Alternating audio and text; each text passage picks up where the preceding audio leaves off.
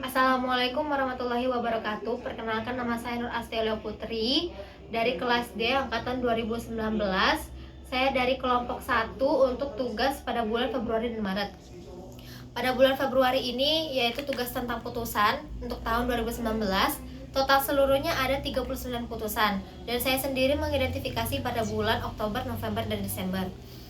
Dan untuk total pada bulan Oktober ada 2 putusan, bulan November ada 4 putusan, dan pada bulan Desember ada 4 putusan juga. Saya akan membacakan satu identifikasi saya pada bulan Desember dengan nomor 45G 2019 PTUN Samarinda. Saya akan membacakan tabelnya terlebih dahulu. Baik, dengan pemohon Rusdianto, Sarjana Ekonomi, Magister Sastra Inggris. Termohon untuk Bapak Bupati Kutai Timur. Dan objek atau materi gugatannya yaitu keputusan Bupati Kutai Timur pada tanggal 20 2018 bulan Desember tentang pemberhentian tidak dengan hormat sebagai pegawai negeri sipil atas nama Rusdianto pada lingkungan pemerintahan Kabupaten Kutai Timur. Dasar hukum gugatannya yaitu Peraturan Pemerintah Nomor 11 Tahun 2017 tentang Manajemen Pegawai Negeri Sipil dan juga bertentangan dengan asas-asas umum pemerintahan yang baik sebagaimana dimaksudkan pada pasal 53 ayat 2 huruf B Undang-Undang Nomor 9 Tahun 2004 tentang perubahan atas Undang-Undang Nomor 5 Tahun 1986 tentang Peradilan Tata Usaha Negara. Kemudian saya akan masuk pada putusan hakimnya. Yang pertama, hakim mengabulkan gugatan pemohon untuk seluruhnya, kemudian menyatakan batal atau tidak sah keputusan Bupati Kutai Timur, kemudian memerintahkan termohon untuk mencabut keputusan Bupati Kutai Timur, dan memerintahkan kepada termohon untuk merehabilitasi kedudukan pemohon, serta menghukum termohon untuk membayar biaya perkara sejumlah Rp506.000. Dan kategori bidang berada pada kepegawaian dengan hubungan hukum administrasi negara dan hukum perdata.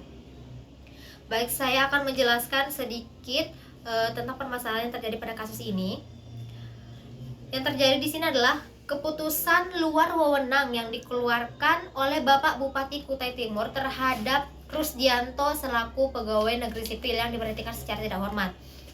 Permasalahan yang terjadi di sini adalah Rusdianto sebagai pemohon pertama-tama membenarkan bahwa dia pernah terlibat pada kasus korupsi dan terbukti bersalah melakukan tindak pidana sebagai pembantuan dalam tindak korupsi itu, dan dipidana dengan 1 tahun penjara dan denda Rp50 juta dan ditetapkan pada 2 September 2014 lalu. Kemudian selama pemohon ini ditahan pada penahanan atau penyidik pada Kabupaten Sangatta, beliau tidak pernah menerima surat pemberhentian sementara ataupun surat teguran dari Kabupaten Kutai Timur atau dari Bapak Bupati Kabupaten Kutai Timur. Dan ketika Bapak Rusdianto ini sudah lulus dari atau sudah bebas dari hukuman yang dilaluinya, beliau kembali aktif sebagai pegawai negeri sipil pada lingkungan pemerintahan Kabupaten Kutai Timur.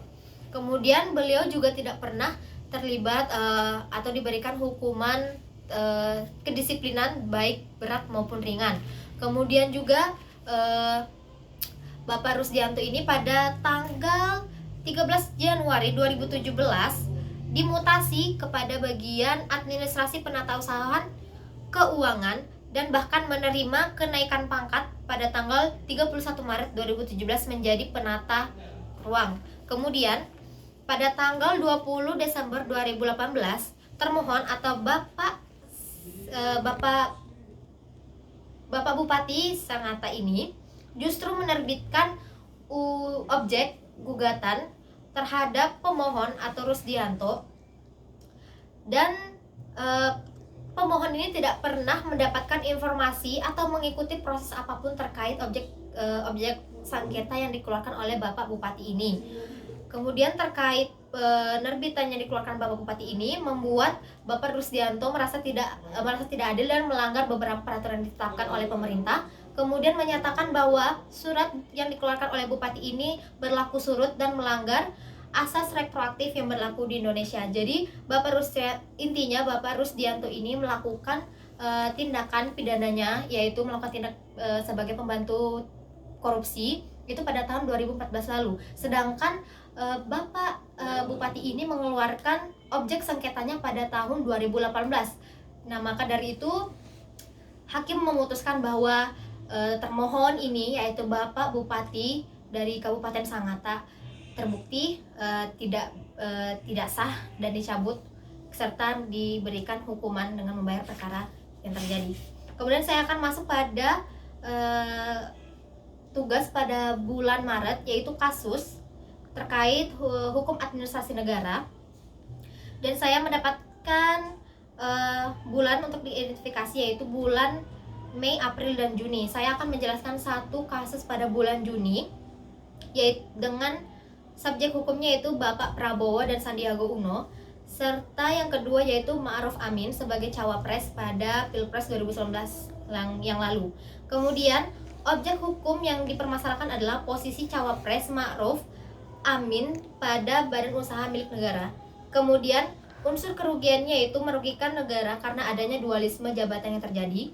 Kemudian dasar hukumnya yaitu pasal 1 Undang-Undang Nomor 19 Tahun 2003 tentang Badan Usaha Milik Negara dan termasuk pada kategori bidang hukum administrasi negara.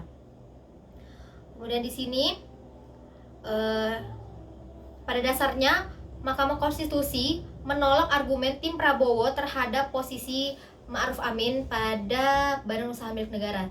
Jadi Majelis Hukum MK Wahidudin Adams menyatakan bahwa posisi yang dipermasalahkan oleh Bapak Prabowo dan Sandiaga Uno terbukti tidak sah dan tidak beralasan menurut hukum. Jadi MK ini menyelesaikan permasalahan yang terjadi ini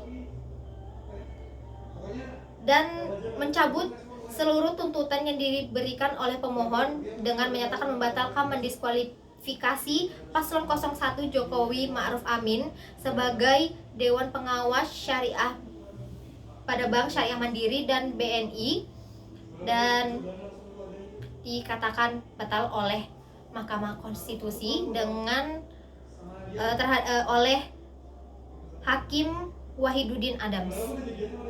Sekian dari presentasi saya terhadap tugas saya. Kurang lebihnya saya mohon maaf jika terjadi kesalahan yang saya jelaskan. Assalamualaikum warahmatullahi wabarakatuh.